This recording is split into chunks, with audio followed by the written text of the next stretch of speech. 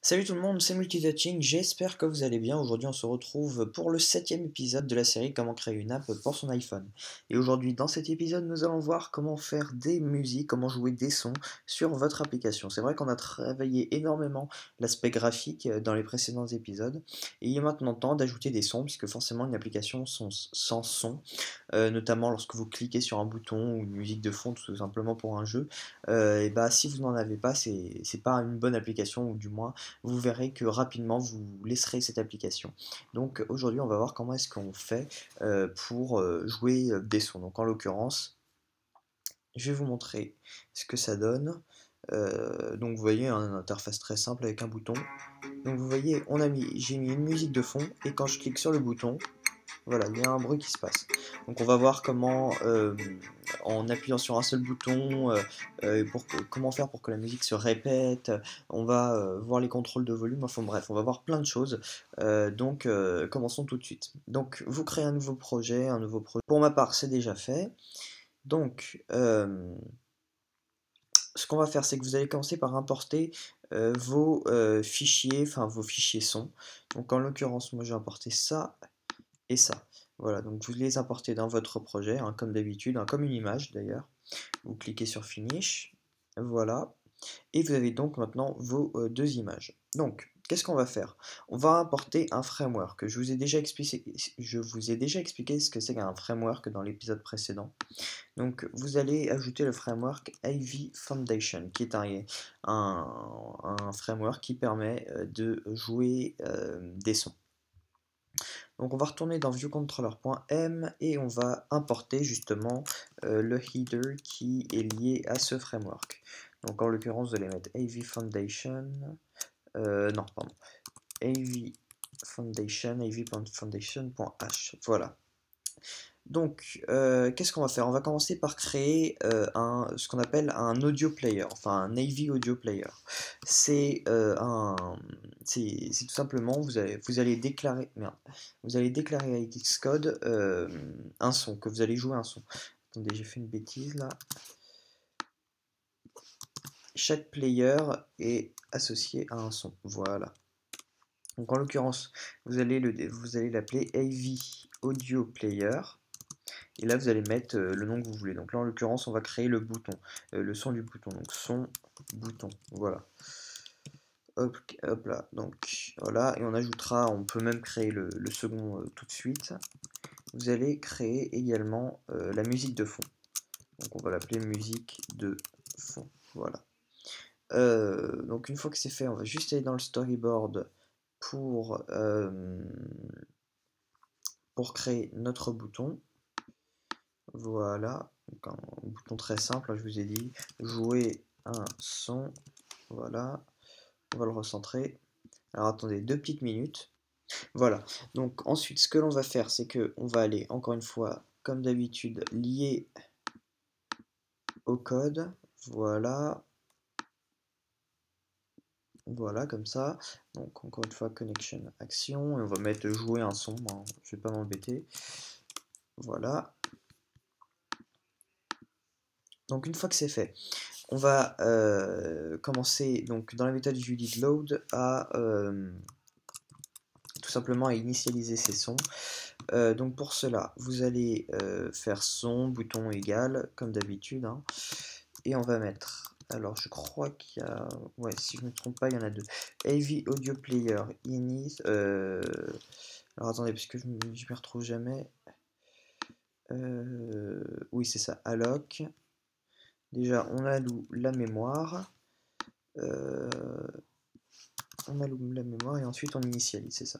Donc init with contents of URL et là errors. Donc dans init contents of URL, vous allez mettre oui c'est ça, vous allez mettre NSURL. Donc c'est compliqué ce qu'on va faire, hein. Vous allez mettre NSURL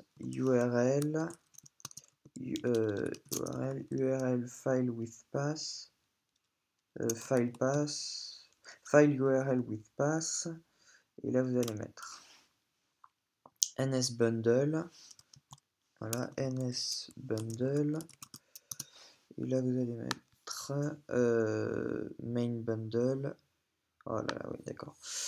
C'est compliqué ce qu'on va faire. Là, vous allez mettre donc main bundle. Et donc ça va être le... En fait, on est en train euh, de, euh, de renseigner à Xcode le chemin sur lequel il va falloir... on est en train de renseigner le chemin du fichier audio. Donc en l'occurrence, path for resource. Et on va juste mettre path for resource. Je crois que c'est tout. Pas besoin d'aller mettre off type, hein, on met juste path of resource, deux points, et là on met en l'occurrence un. Je me souviens pas qu'on ait besoin. Ah si, off type nil. Ouais, ok, d'accord. Très bien. Donc, path of resource. Donc, en l'occurrence, comme c'est le son du bouton, moi je l'ai appelé 10696. Et vous allez mettre l'extension, donc l'extension de votre fichier. En l'occurrence, moi c'est un .mp3. Vous, ça dépend. Et ensuite, off type. Et là, et vous mettez nil, qui veut dire aucun. Enfin bon, on s'en occupe pas. Alors. Voilà, alors attendez, il va y avoir beaucoup de crochets à fermer là. Off type, nil, voilà. Et ensuite, il va falloir renseigner une éventuelle erreur. Donc en fait, on va dire à Xcode que faire si il se produit une erreur. Donc en l'occurrence, et là, on va juste créer, laissez-moi juste checker un truc, voilà, c'est ça. Et là, on va juste créer une NSError, hein, parce qu'il faut évidemment prévoir tous les cas de figure, et on va l'appeler nil, puisque en soi, il n'y a pas d'erreur qui se passe, il n'y a pas d'erreur qui se passe initialement. C'est que si une erreur se passe, voilà, laissez-moi juste mettre le pointeur, voilà. Voilà, donc je vous explique un petit peu, hein, c'était assez compliqué. Donc ce qu'on a fait, c'est qu'on a initialisé notre son bouton. Ensuite, donc on a alloué de la mémoire à ce son, de la mémoire RAM donc. Et il a fallu l'initialiser il faut l'initialiser avec un URL. Donc URL, c'est pas au sens URL navigateur, c'est au sens un chemin qui amène justement à ce fameux son. Ce son, il s'appelle 10696.mp3, donc en l'occurrence vous l'appellerez comme vous le voulez. Off type, on aurait pu mettre mp3, en l'occurrence on met nil, on ne met aucun. Et s'il se produit une erreur, eh bien ça sera renvoyé à cette erreur là. Donc en l'occurrence, comme là, il n'y est pas censé avoir d'erreur, normalement il ne doit pas y avoir d'erreur, eh bien on met nil. Voilà. Donc c'est un petit peu compliqué, mais après ça devient beaucoup plus simple. Ensuite, si il se produit une erreur, il faudra que vous puissiez la trouver. Donc en l'occurrence, si une erreur existe, if error, on va céder du nslog, hein, toujours, si j'ai un conseil à vous donner quand vous lancerez dans des gros projets de programmation, si certains le veulent, eh bien il faudra que vous ayez énormément du nslog pour tester si une partie de votre code marche. Donc là en l'occurrence on va voir si ça bug au niveau de l'audio. Bon là, en l'occurrence ça buggera pas vu que j'ai déjà fait le truc, donc nslog, et là vous mettez par exemple, alors ça se fait comme ça, et là vous mettez erreur, deux points, là arrobase, je crois que c'est ça. Non, ça me paraît pas être ça, mais enfin bon, bref. Il va nous dire qu'est-ce que c'est, virgule, et là on met error. Voilà, alors attendez, il va me dire. Oui, alors Dieu sait que c'est pas ça, ça c'est ça a priori. Et alors attendez, il y a un dernier truc que je dois checker. C'est tout simplement pourcentage. Voilà, ok, parfait. Donc maintenant, qu'est-ce que l'on va faire? On va définir un certain nombre de paramètres à ce bruit. Donc tout d'abord, son bouton. On va lui demander, on va indiquer le nombre de répétitions que doit faire ce son. Donc en l'occurrence, number of loops. Donc là, vous allez mettre 1, puisque vous voulez que votre son ne se répète qu'une fois lorsque vous cliquerez sur le bouton. Si vous voulez qu'il se répète plusieurs fois, vous changerez la valeur. On fera le test après. Ensuite, on va mettre le volume. Le volume est très important puisque c'est ce qui va nous permettre en fait de différencier. Vous verrez que quand avec la musique de fond, je mettrai la musique de fond beaucoup plus basse que le son. Et faites ça, privilégier les courts bruitages à un volume assez élevé alors qu'une musique un peu plus longue a un niveau sonore plus bas. Donc là en l'occurrence son point bouton, je sais plus comment est-ce qu'on appelle ça, hein. On dit volume, oui volume tout simplement. Volume, donc volume, et là égal. Et en l'occurrence, on va mettre égal, alors comme c'est un son bouton, on va mettre 1, tout simplement. Et donc là, on va mettre, alors vous n'êtes pas obligé de mettre ça, mais c'est préférable lorsque vous avez des fichiers qui sont lourds. Vous pouvez mettre son bouton, moi je le mets en l'occurrence pour vous montrer, prepare to play. C'est-à-dire que quand vous avez des sons qui sont lourds et qui sont longs, et bien Xcode c'est une méthode qui va permettre de les préparer, qui va permettre de préparer, ce qui fait qu'il n'y aura pas de temps de latence entre le moment où vous allez appuyer sur le bouton et au moment où la musique va se lancer. Voilà. Donc là en l'occurrence comme ça sont très courts, il n'y aurait pas besoin de le faire, on peut en mettre ou ne pas mettre cette ligne, vous verrez qu'il n'y aura aucune différence. Donc là en l'occurrence on a tout préparé, c'est bon, notre son est prêt à être joué, mais il manque quelque chose, il faut que l'on joue ce son. Donc en l'occurrence là on va le mettre au moment où on clique sur le bouton. Donc en l'occurrence IB Action joue un son, et là on va mettre son bouton, et là on va mettre play. Voilà. Et là vous mettez, voilà. Et donc là maintenant on peut tout à fait jouer notre son. Donc là si on joue, vous allez voir que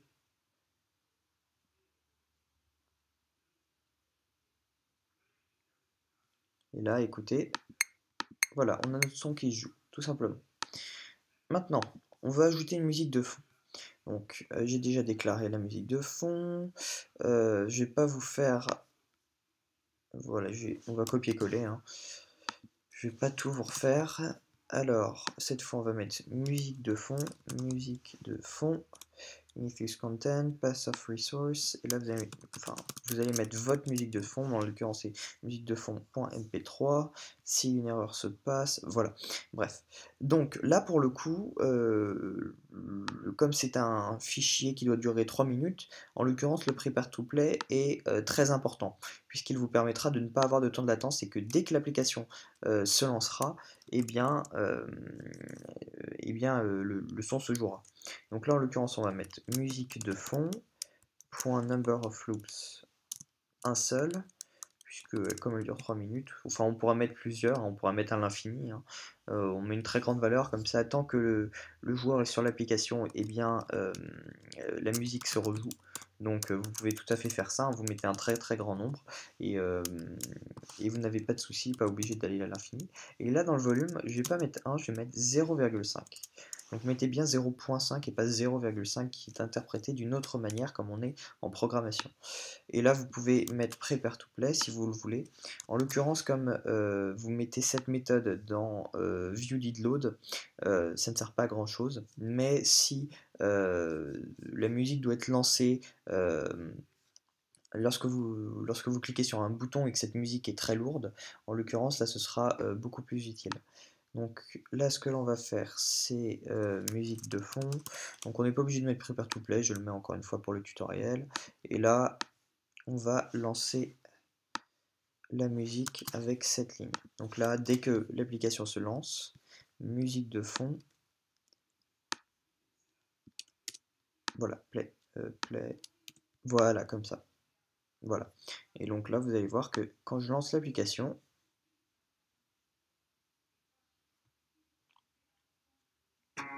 voilà, vous avez la musique qui se lance. Et si je clique sur le bouton, vous avez vu que le son du bouton est plus élevé que celui de la musique de fond. Voilà. Donc maintenant, je vous ai dit que l'on allait voir un petit peu les loops. Donc loops. Vous voyez que si j'appuie sur le bouton maintenant... Oula. Oui, musique de fond, oui, pardon. C'est son bouton. Si j'appuie sur le bouton maintenant, voilà, vous avez vu que le son s'est répété 3 fois. Tout simplement. Donc maintenant on peut essayer une dernière chose, c'est changer le volume. Donc en mettant, je mets une musique de fond très élevée. Voilà, vous avez vu que c'est beaucoup plus élevé et qu'on entend beaucoup moins le bruitage, le son. Donc voilà. Donc écoutez, j'espère que cette vidéo vous aura plu. C'était un tutoriel assez simple, mais vous pouvez maintenant faire encore plus de choses. Vous pouvez maintenant jouer des sons, avoir une interface graphique avancée, on verra dans les prochains épisodes comment créer un jeu en 2D. Donc peut-être pas dans le suivant, mais dans les prochains. Et vous allez voir que c'est très très intéressant et que justement ce tutoriel vous sera très utile. Voilà, en attendant, je vous dis bye tout le monde. N'hésitez pas à vous abonner à ma chaîne, à me suivre sur Twitter. Le Twitter c'est @multitouching. Euh, et, euh, et voilà, hein, j'espère que ce tutoriel vous aura plu. Bye tout le monde.